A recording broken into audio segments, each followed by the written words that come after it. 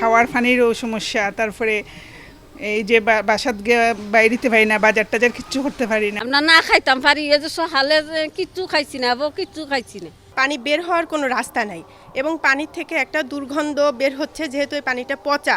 Sylhet city কর্পোরেশনের লোক সংখ্যা অনুযায়ী আমাদের চাহিদা হলো 8.50 কোটি লিটার। এর মধ্যে আমরা 4.5 কোটি লিটার পানি সরবরাহ করতে পারি। আর বর্তমানে যেসব এলাকা আমাদের ফ্লাইড আছে সেখানে পানি বিদ্যুৎ সরবরাহ এবং বন্ধ, এবং আমাদের পানি সরবরাহ বন্ধ।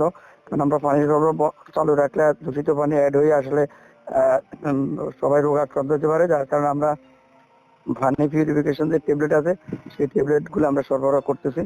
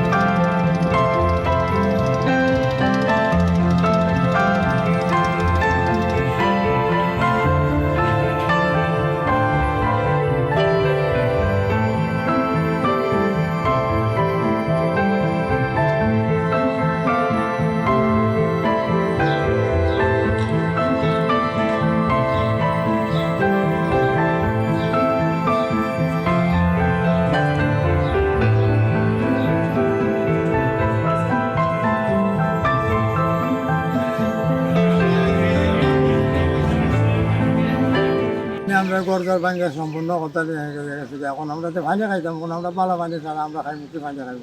বাড়িতে নিচে নিচে টিপকলের পানিও খাওয়ার পানি পর্যন্ত আমরা ভাই এখন বর্তমান অবস্থা ময়লা পানি আমরা